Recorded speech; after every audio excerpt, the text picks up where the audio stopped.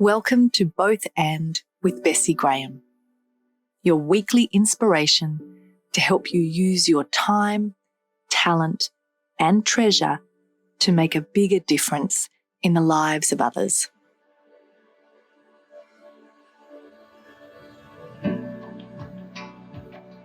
I'm your host, Bessi Graham, award-winning entrepreneur with over 20 years of experience from the grassroots to the hallowed halls. Thanks for joining me. Let's jump in.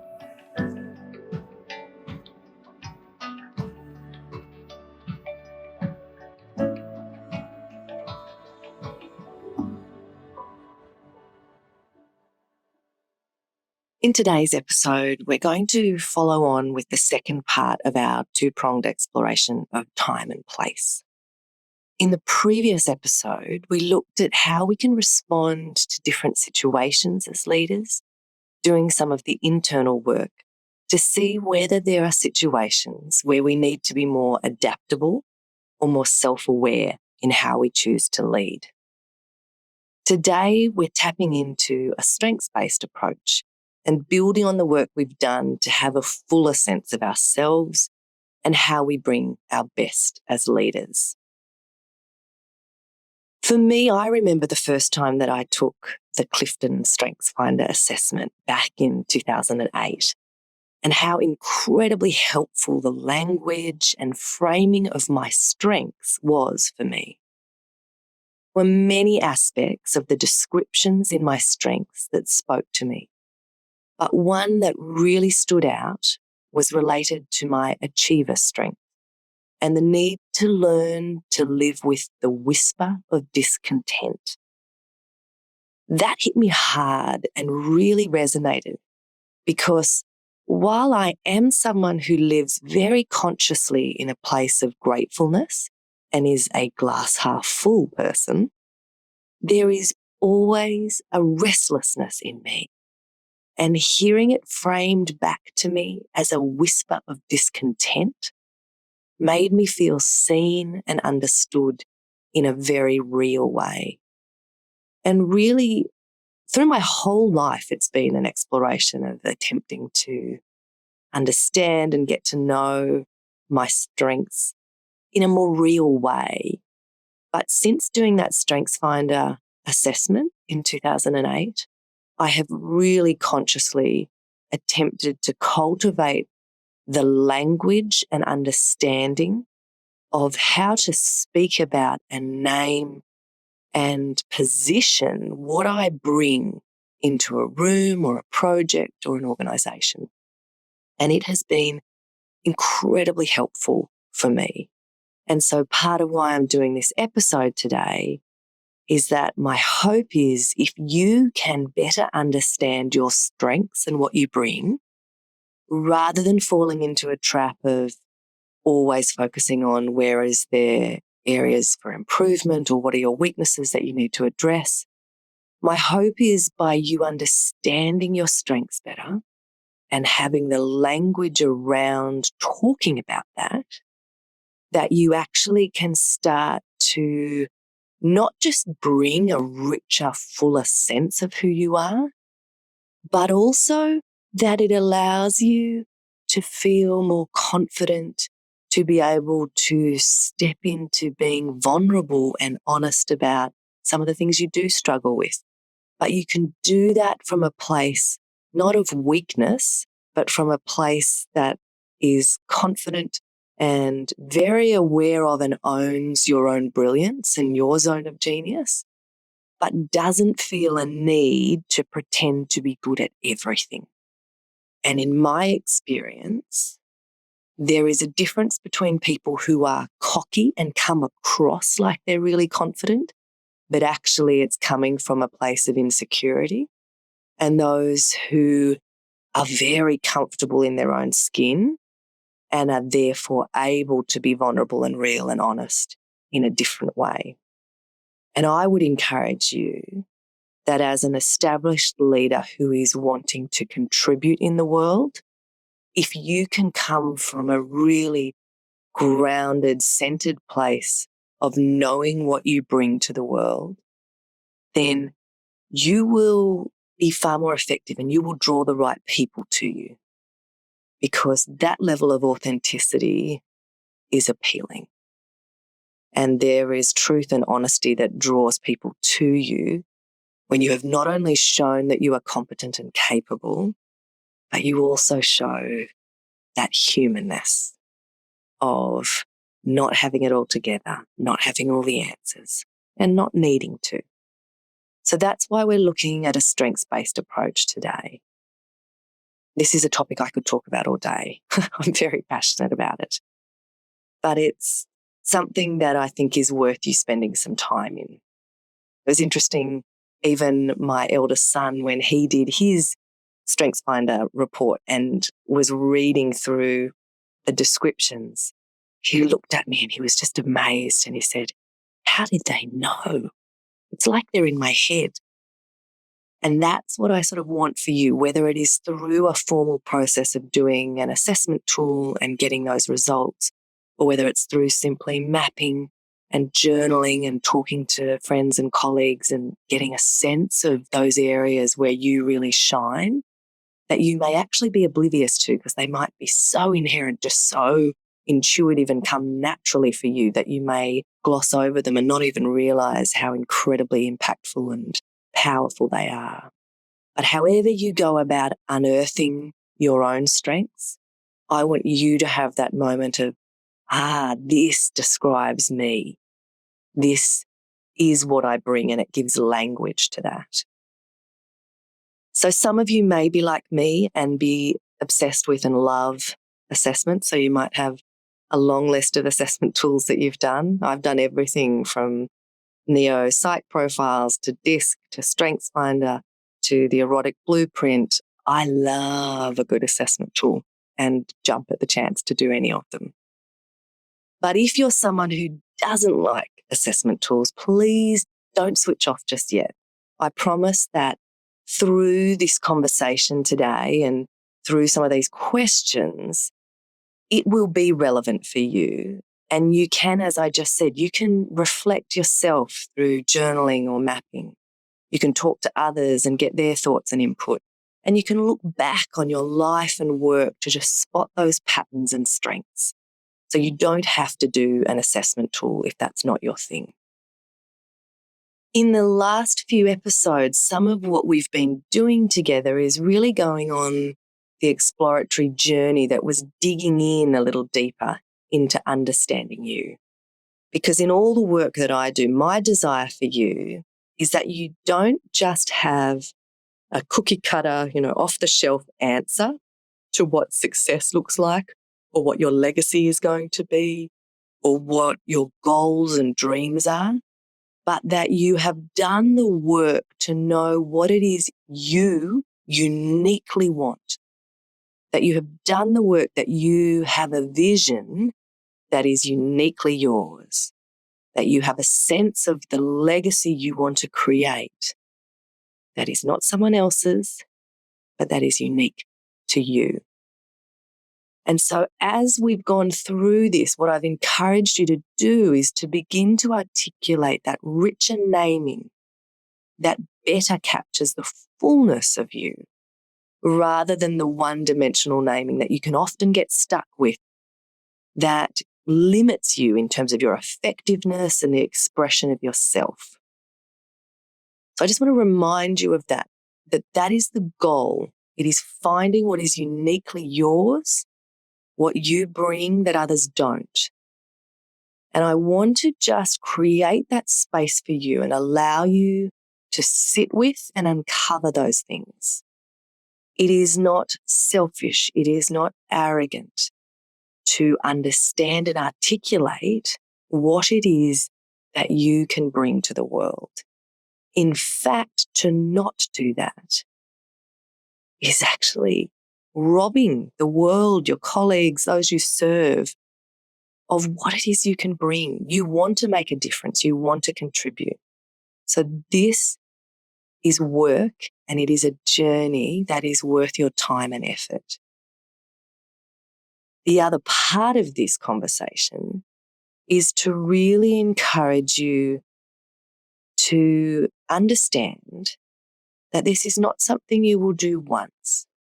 If you did incredible, insightful, reflective work 20 years ago that really has driven your career to this point, that's great. I'm so glad you did.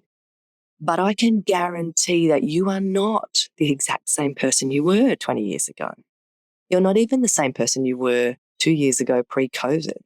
All of us have learnt things and shifted and changed in that period.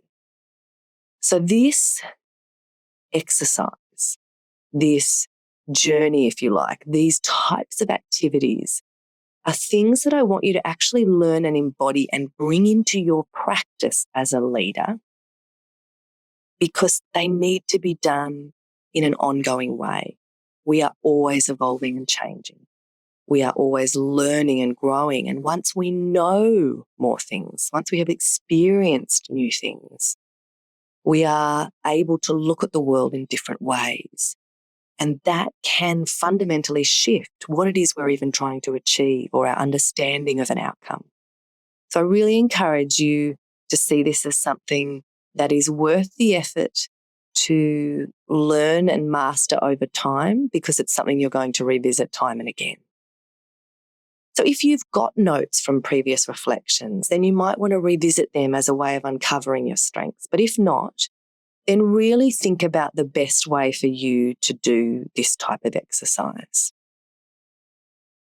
I want to talk to you a little bit more about why I think a strengths-based approach is so important and useful for us as leaders. Rather than focusing your energy and effort on your weaknesses and trying to make improvements in areas that you are never going to exceed in, a strengths-based approach instead helps you learn how to do more of what you naturally do best. It helps you appreciate both your strengths and those of other people so that you can collectively complement and plug gaps for each other, allowing better outcomes while everyone stays in their own zone of genius.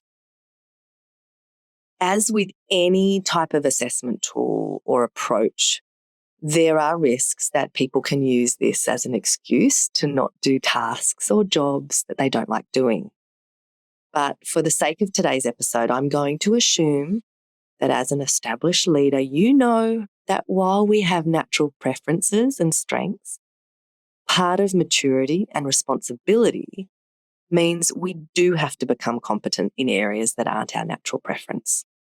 There will always be jobs, conversations, or parts of our work that we'd prefer to avoid, but that need to be done. So a strengths-based approach doesn't let you off the hook with those things, but it does encourage you to not spend all of your energy, and certainly not your best energy, on your areas of weakness.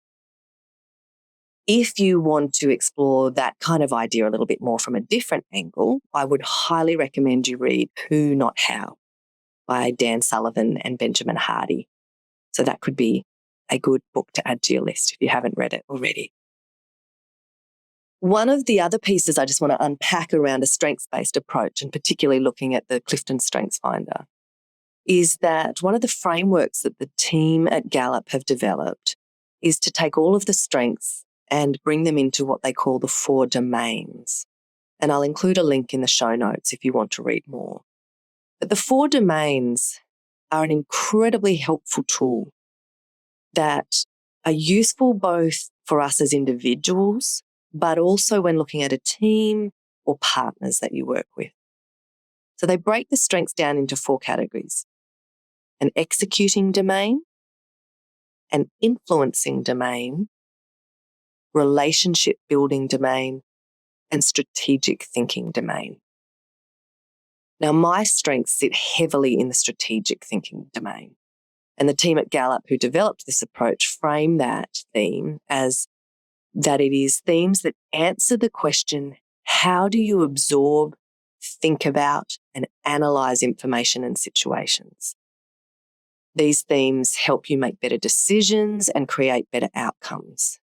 When teams need to focus on what could be, they turn to people with strategic thinking themes to stretch the team's thinking for the future. Now, when I read that description of strategic thinking domain, that completely describes me and where I am best at operating and where I love to operate. So you can see that not only do the individual strengths, so for example, my top 5 strengths are learner, intellection, achiever, context, and connectedness. So understanding and looking at the descriptions of my strengths is incredibly helpful and insightful. But then taking it that step further and looking at which domain you sit in more naturally. Some people will be nicely spread across them. For me, 3 of my 5 are in strategic thinking, and then I have 1 in executing and 1 in relationship building. Everyone will be different, but looking at those can be really helpful. And in previous organisations that I have built, it has been really fascinating to map out the strengths across the team and then see where we all sit in those 4 domains. Very often, like attract like. So you'll find that you have a team heavily skewed towards strategic thinking and executing, but lacking in, say, influencing or relationship building, for example. So by being conscious of this and finding ways to tap into your own and others' strengths, while also making decisions about whether you actually need to actively bring in some people with strengths in other areas or those other domains, can be a really helpful exercise for us as leaders. And I would say that any of the thinking or reflection you do through listening to this podcast or working with me or watching my videos, I would encourage you to always take it that next step. So this is useful for you as a leader wanting to contribute in the world. But these types of exercises are also really helpful for you to then drill down into your team, whether that is in a broader, large organization and you do it across the executive and management teams and then they filter it down from there. Or if you have a small team, it might be doing it with your whole team directly yourself. But however you do that, think about the people you work with, the people that you love and are in relationships with, and see how just understanding them better might also improve your relationships. When it comes to bringing different parts of yourself to your role as a leader, one of the beautiful components is the opportunity to bring your humanness. What do I mean by that?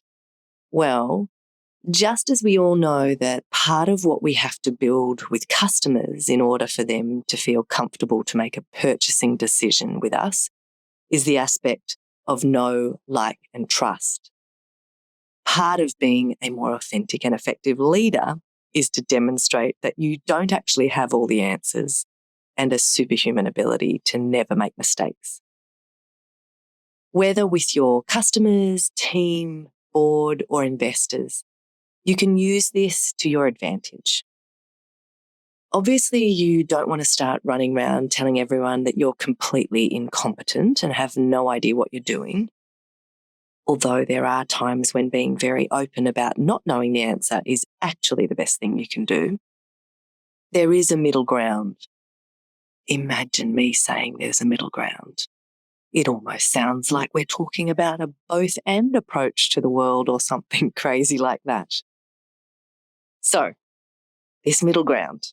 And why would you want to be so vulnerable as to admit when you don't know the answer? You make a mistake or you're struggling. Well, you are already an established leader.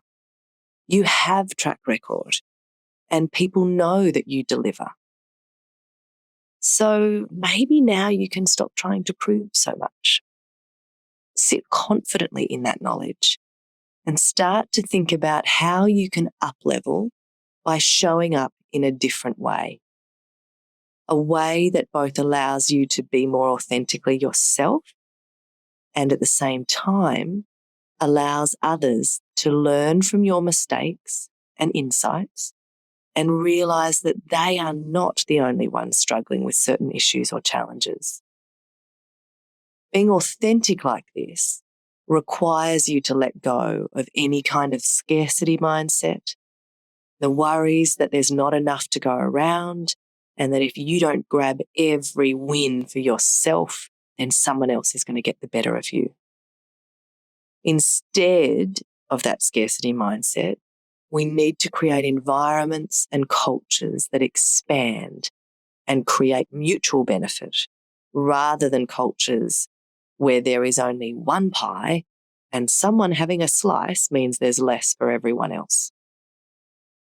So that is just a little snippet of the next step, if you like, of what can emerge once you own and really take on board a strengths-based approach to your leadership style. But for today's episode, rather than do the reflective practice or questions inside the episode with you like we usually do, I instead want you to take some time to do that yourself over the next week. And there's obviously a whole range of ways that you could do this, but two options are, firstly, you could do or revisit your preferred assessment tool. So if you've already done some assessment tools in the past that you liked, you could revisit those. If you haven't, but you're curious, you could pick one of them and do an assessment tool. And then I want you to sit with and reflect on the descriptions that they give to really draw out what are the insights, the naming or the themes that are most helpful for you in how you think about and talk about what you bring as a leader. So that's the first option, some of those formal assessment type tools. The other option for those of you who don't want to go down that road is to do some mapping and ask a handful of close friends or colleagues to describe to you what they see as your unique gifts and strengths. So you could do this just through an email or a text message or a phone call, however you want to.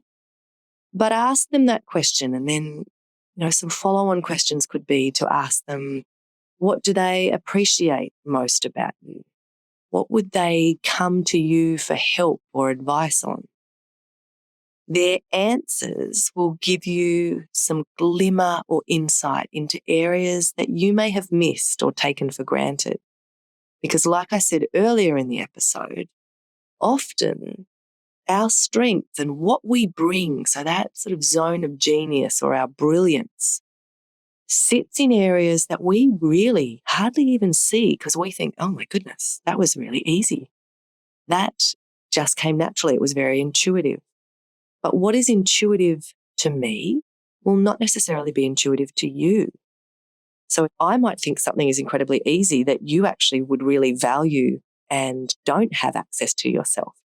So this questioning of friends or colleagues can help actually shine a light on some of those areas that you may not be seeing.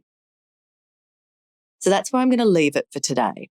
So we've talked about the importance and why a strengths-based approach can be so incredibly helpful for us as leaders, both in understanding ourselves and our teams or others around us.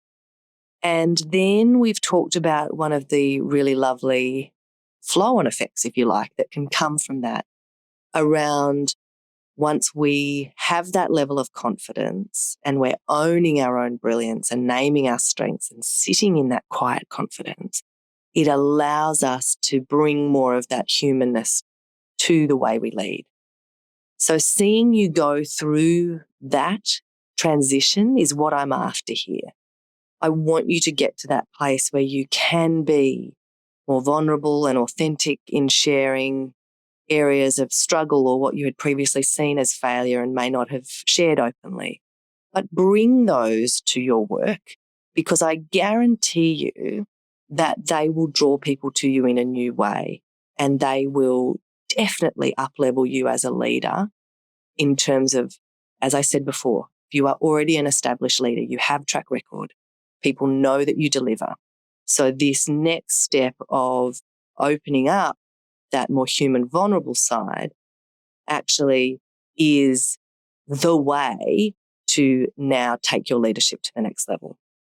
So that's my hope for you. And I would absolutely love to hear from any of you who are thinking about or grappling with the responses or thoughts that are coming up in your own mapping, in the assessment tools, or the responses you're getting from friends and colleagues. So please reach out if you want to have a chat or if you want to explore some of that further, because I know from personal experience and from working with many other people over the years that this is such a powerful tool to have in your toolkit as a leader.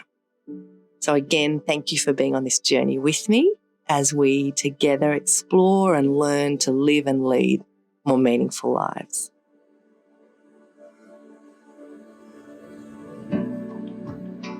Thank you so much for listening to Both And with Bessi Graham. You know you were born to do something significant, so don't leave it to chance. Join me each week to pick up quick tips and ideas that will support you on your journey to live and lead a meaningful life.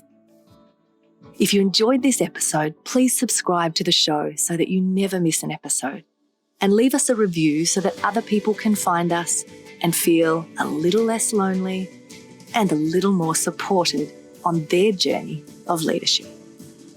If you haven't joined our Facebook group yet, you'll find the link in the episode notes. Please join us. Thank you so much for being a part of the community and for tuning into the show each week. See you next time. Cheers.